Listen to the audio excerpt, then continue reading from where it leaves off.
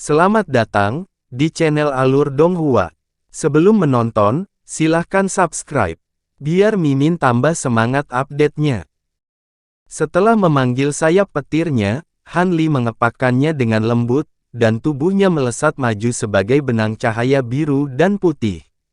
Benang cahaya menempuh jarak 800 kaki hanya dalam satu kilatan, lalu muncul di sisi lain cakrawala setelah beberapa kilatan lagi.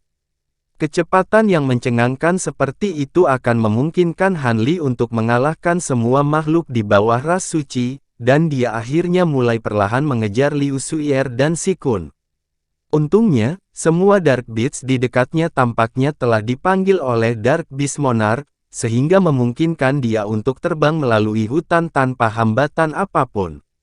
Setelah lebih dari 2 jam, dia akhirnya mengejar targetnya, dan melihat Liu Suier dan Si Kun di kejauhan. Kenyataannya, dia belum benar-benar menyusul.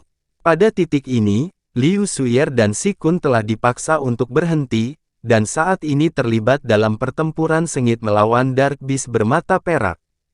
Han Li menyipitkan matanya dan mengamati situasi dari jarak beberapa kilometer. Dengan demikian, dia menemukan bahwa Si Kun telah mengenakan baju zirah kuning berkilauan, dan berdiri diam di udara.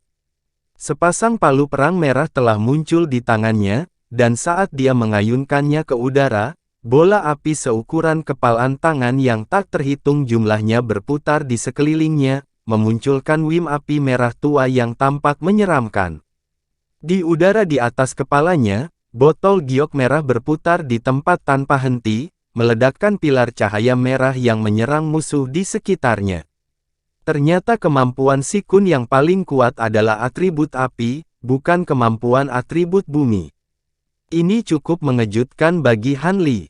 Sementara itu, 3 binatang hitam bermata perak yang menyerangnya telah memunculkan selusin proyeksi hitam yang mengelilinginya dari semua sisi. Garis-garis cahaya hitam dan merah yang tak terhitung jumlahnya berbenturan di tengah ledakan yang menggema, dan meskipun kekuatan palu perang Si Kun sangat besar, dia tidak dapat menyerang proyeksi perak di sekitarnya karena teknik gerakan yang cepat dan tidak dapat diprediksi, jadi dia hanya dapat memastikan. Selain itu, meskipun ketiga Dark Beast bermata perak tidak benar-benar menyerangnya sendiri, pancaran cahaya perak yang mereka keluarkan dari mata ketiga sangatlah berbahaya. Si Kun tidak berani membiarkan sinar cahaya ini menembus pertahanannya dan menyerang tubuhnya, jadi dia berusaha keras untuk memblokir dengan palu perangnya. Han Li dapat dengan jelas melihat bahwa setelah berkas cahaya perak itu mengenai palu merah Si Kun, area di palu itu akan langsung berubah menjadi warna hitam. Terlepas dari kenyataan bahwa cahaya merah di sekitar area itu kemudian akan berebut untuk menyapu tempat-tempat itu, masih butuh waktu lama sebelum palu perang kembali normal. Syukurlah, 3 Dark Beast bermata perak tidak dapat terus-menerus meledakkan sinar cahaya itu, dan bahkan dengan mereka bertiga bergabung untuk menyerang Si Kun, masih tidak dapat menembus pertahanannya. Dengan demikian, jalan buntu pun terjadi. Sementara itu, Liu Suier menghadapi 4 Silver Beast bermata perak sendirian, dan situasinya sangat berbeda.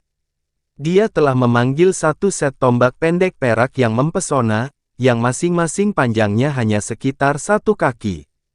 Totalnya ada 8, dan saat mereka terbang di udara, mereka meninggalkan setitik cahaya perak di belakang. Selain harta itu, proyeksi perak aneh juga muncul di belakangnya. Proyeksi itu tampak seperti seorang wanita cantik berbaju besi perak, namun saat lengannya melayang di udara, memunculkan proyeksi lengan buram yang tak terhitung jumlahnya, membuatnya tampak seperti memiliki ratusan lengan. Masing-masing dari proyeksi memegang pedang panjang perak yang sama, dan pedang panjang ini mengirimkan garis-garis pedang putih Qi yang meluncur di udara. Dengan demikian, garis pedang Qi yang tak terhitung jumlahnya dilepaskan oleh proyeksi, sementara kumpulan tombak perak pendek melepaskan bintik cahaya perak yang tak terhitung jumlahnya, dan serangan ini mencakup area dengan radius lebih dari 1000 kaki.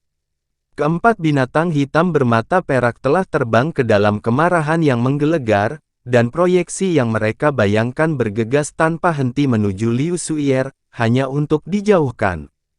Karena itu, dia tampak berada di puncak dalam pertarungannya. Han Li menghela nafas lega saat melihat ini, dan pada saat yang sama, senyum masam muncul di wajahnya. Keduanya telah menyatakan bahwa mereka akan memiliki peluang yang sangat kecil untuk mengamankan kemenangan jika menghadapi lebih dari 3 binatang hitam normal, namun saat ini, menghadapi beberapa binatang hitam bermata 3, yang kaliber lebih tinggi dari biasanya. Namun yang satu mampu bertahan sementara yang lain jelas lebih unggul. Sangat jelas bahwa mereka berdua sengaja bersikap terlalu rendah hati dalam menilai kekuatan sendiri. Namun, itu tidak mengejutkan bagi Han Li. Lagi pula, tidak ada yang akan mengungkapkan sepenuhnya kekuatan mereka kepada beberapa orang yang baru saja mereka temui. Raja Binatang Hitam pasti telah mengidentifikasi basis kultivasi mereka, tetapi tidak akan pernah berpikir bahwa keduanya sama sekali bukan makhluk tahap tempering spasial biasa.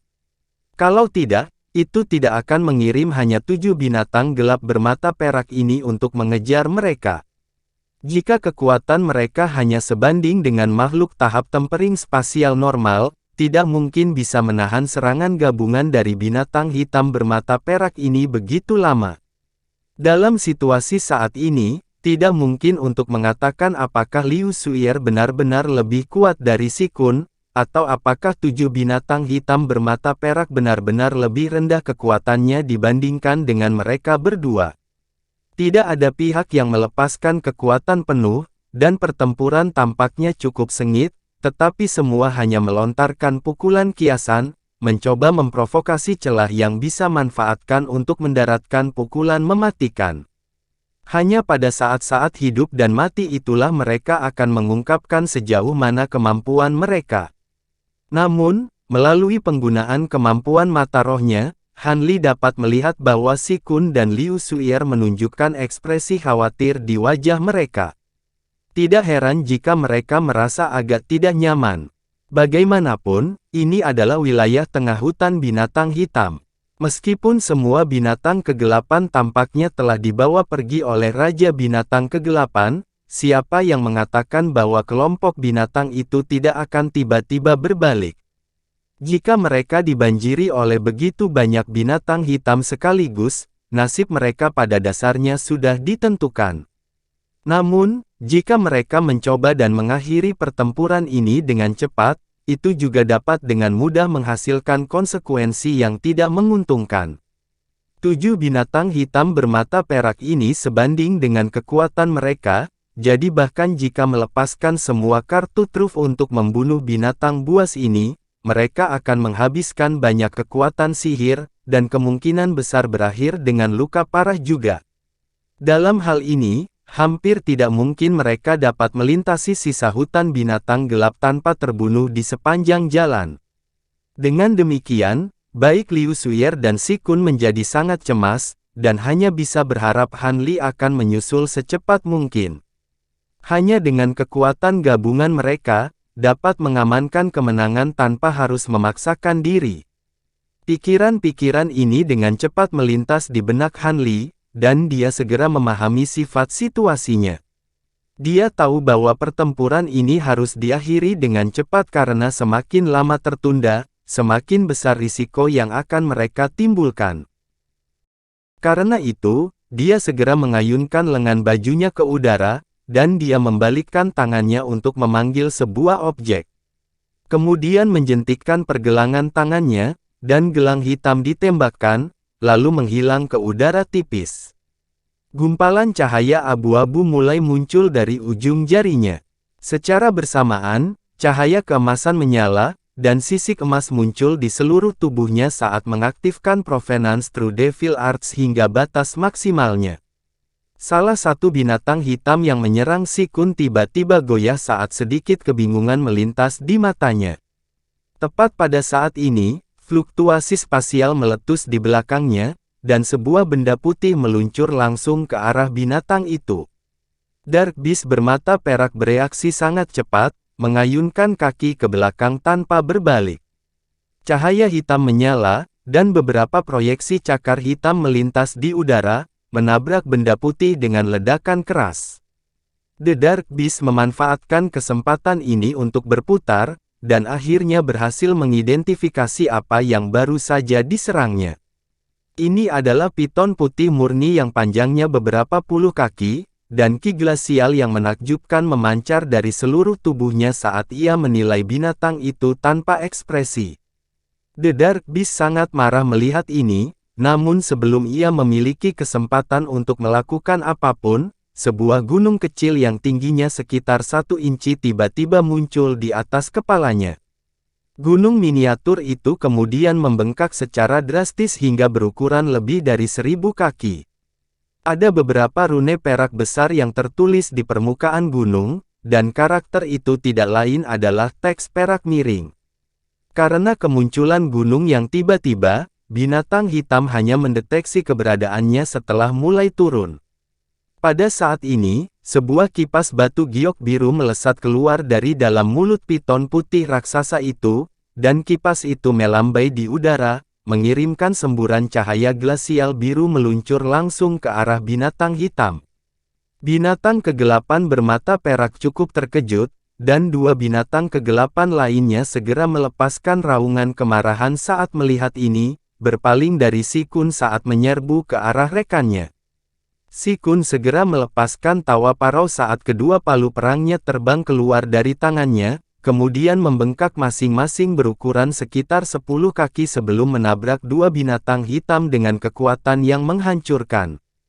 Bahkan sebelum melakukan kontak dengan kedua monster itu, 2 semburan kekuatan yang sangat besar dari palu perang, dan kedua monster itu hanya bisa berbalik dan mengeluarkan cahaya hitam dari mulut untuk menahan serangan mematikan ini. Binatang hitam di bawah gunung raksasa tidak punya pilihan selain menghadapi Han Li sendiri, dan semua bulunya segera berdiri tegak, lalu berubah menjadi garis-garis cahaya hitam yang tak terhitung jumlahnya yang meluncur langsung ke arah petak cahaya biru.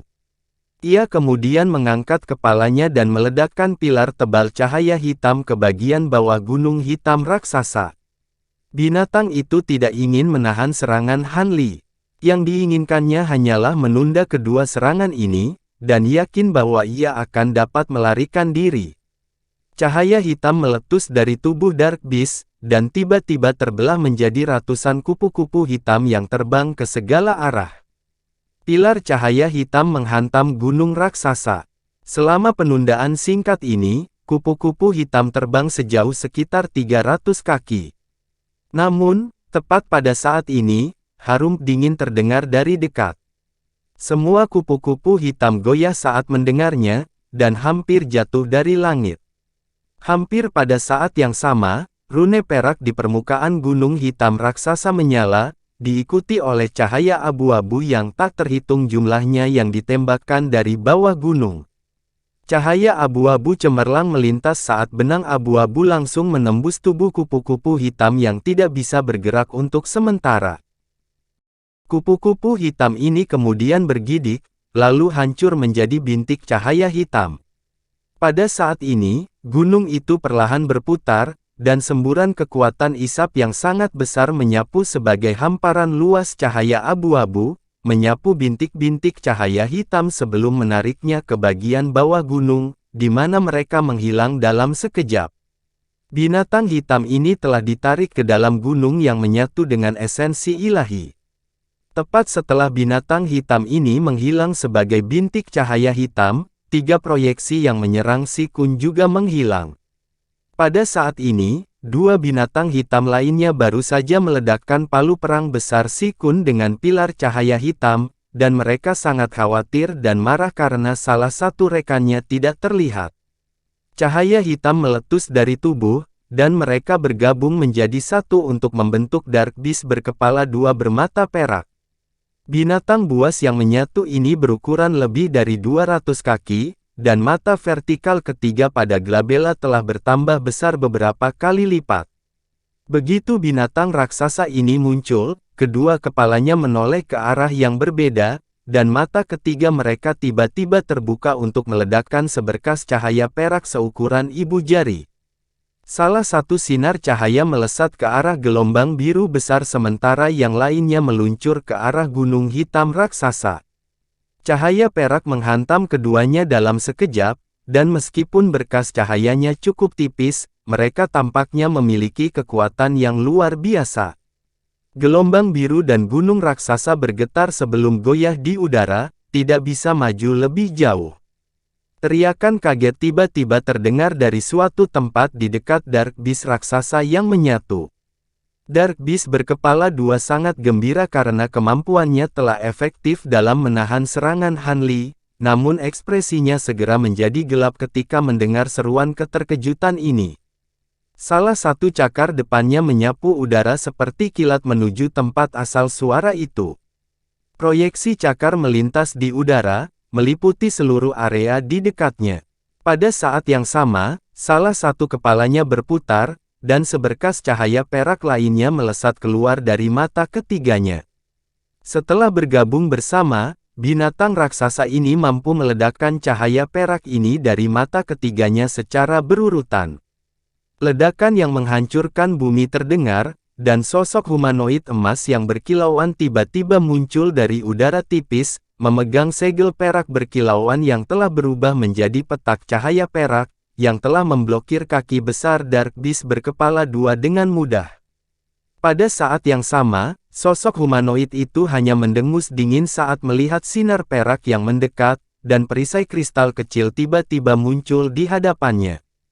Perisai itu membengkak hingga berukuran sekitar 10 kaki dalam sekejap, berkas cahaya perak meleset dari sosok humanoid emas.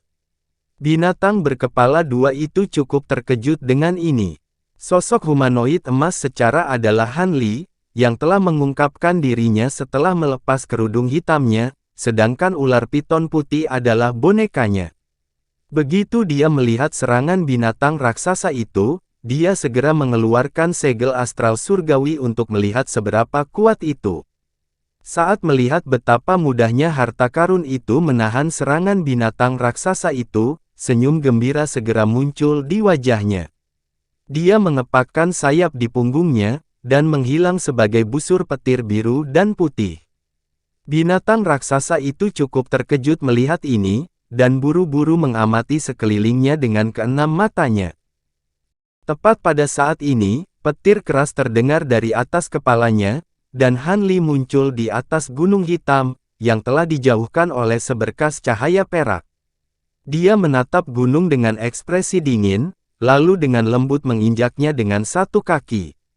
Rune perak di gunung segera menyala sebelum membengkak menjadi sekitar 10 kali ukuran aslinya sebelum berkedip tidak menentu. Ruang di sekitar gunung berputar dan melengkung di tengah suara robekan yang keras. Gunung itu tiba-tiba menghilang di tempat bersama dengan Han Li, muncul tepat di atas binatang raksasa berkepala dua di tengah kilatan cahaya perak di saat berikutnya, lalu jatuh ke tubuhnya.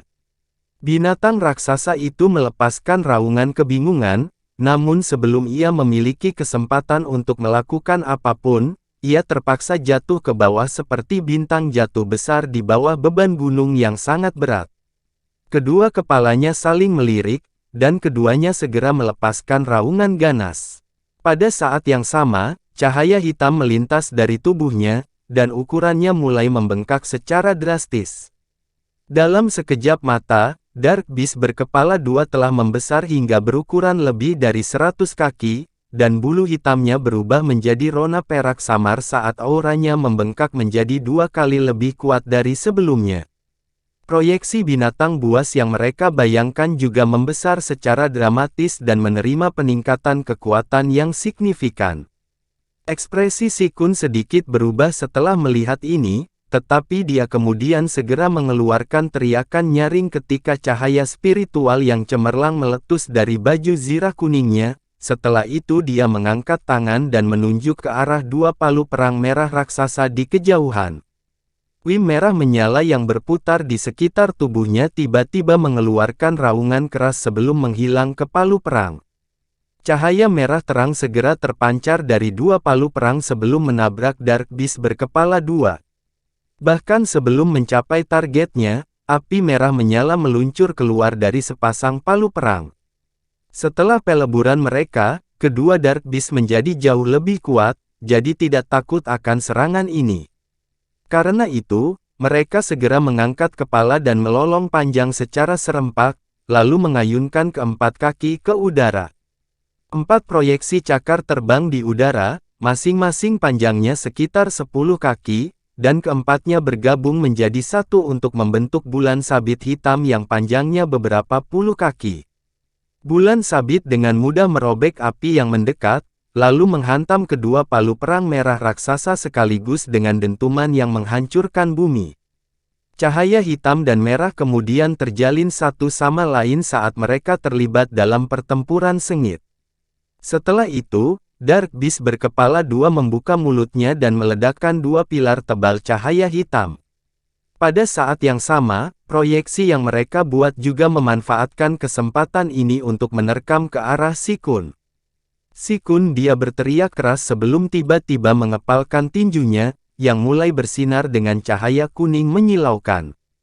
Saat dia mengayunkan tangannya ke udara, proyeksi tinju yang tak terhitung jumlahnya ditembakkan, meluncur langsung ke arah pilar cahaya dan proyeksi yang mengerikan.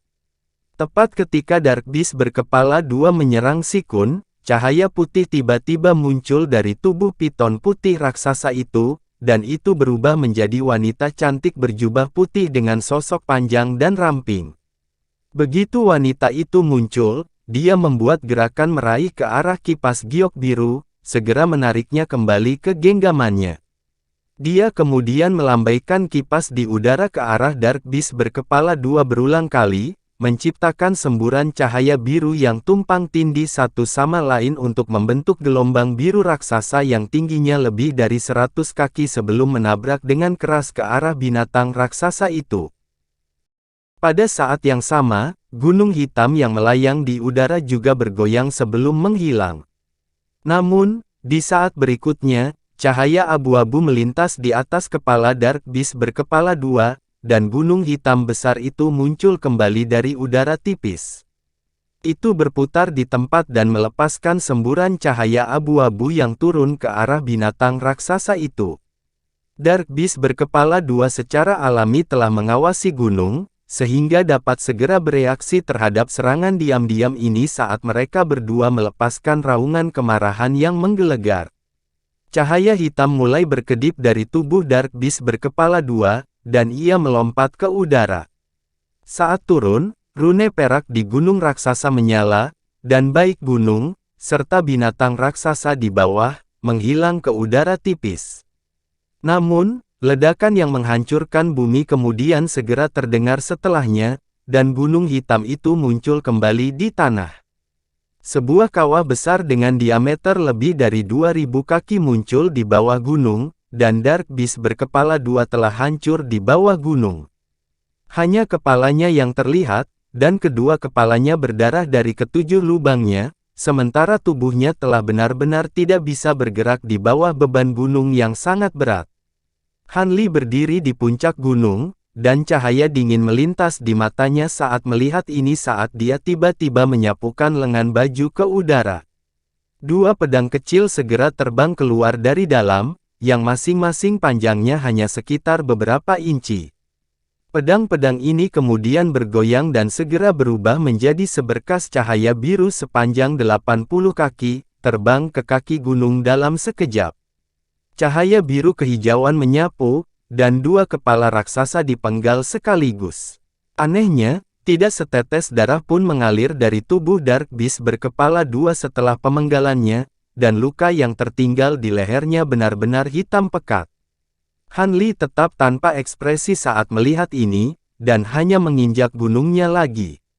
Gunung turun lebih jauh di tengah ledakan yang menggema, menyebabkan kawah raksasa semakin tenggelam. Namun, bintik-bintik cahaya ini hanya mampu terbang paling jauh sekitar 100 kaki dari gunung sebelum ditarik ke gunung oleh bentangan luas cahaya abu-abu yang tersapu darinya. Baru pada saat itulah senyum muncul di wajah Han Li, dan dia naik ke udara sebelum membuat gerakan meraih ke bawah dengan tangannya yang hitam pekat. Mengikuti suara gemuruh yang keras, gunung itu menyusut dengan kecepatan tinggi, dan ketika terbang kembali ke tangannya sebagai seberkas cahaya hitam, itu sudah kembali ke ukuran hanya beberapa inci. Tampaknya proses yang cukup panjang dari saat doll muncul hingga saat ketiga Dark Beast bermata perak dibunuh oleh Han Li, tetapi hanya waktu yang sangat singkat yang benar-benar telah berlalu. Sebelum ini, Si Kun masih mengayunkan palu perangnya yang berapi-api dengan sekuat tenaga, berusaha menahan lawan-lawannya, namun di saat berikutnya, lawan-lawannya tiba-tiba menghilang. Semua proyeksi mengerikan yang disulap oleh Dark Beast bermata perak ini telah lenyap setelah kematian mereka. Si Kun goyah saat melihat ini sebelum buru-buru menyimpan palu perangnya, lalu beralih ke Han Li dengan keheranan di matanya melihat doll.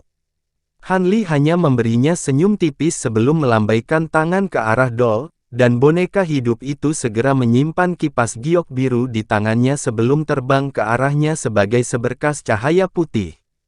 Itu kemudian kembali ke bentuk ularnya dalam sekejap sebelum menyusut menjadi sekitar 1 kaki panjangnya dan menghilang ke lengan bajunya. Setelah menyimpan bonekanya, Han Li mengepakkan sayapnya, dan tubuhnya melesat seperti busur petir di tengah guntur yang keras. Setelah itu, dia muncul di medan perang lain, dan tatapan ganas melintas di matanya saat dia mengalihkan pandangannya ke bawah. Situasi telah memburuk secara drastis untuk Liu Suier. Dia telah berada di atas angin melawan 4 binatang hitam bermata perak sebelumnya, namun dia sekarang hanya bertahan untuk hidupnya.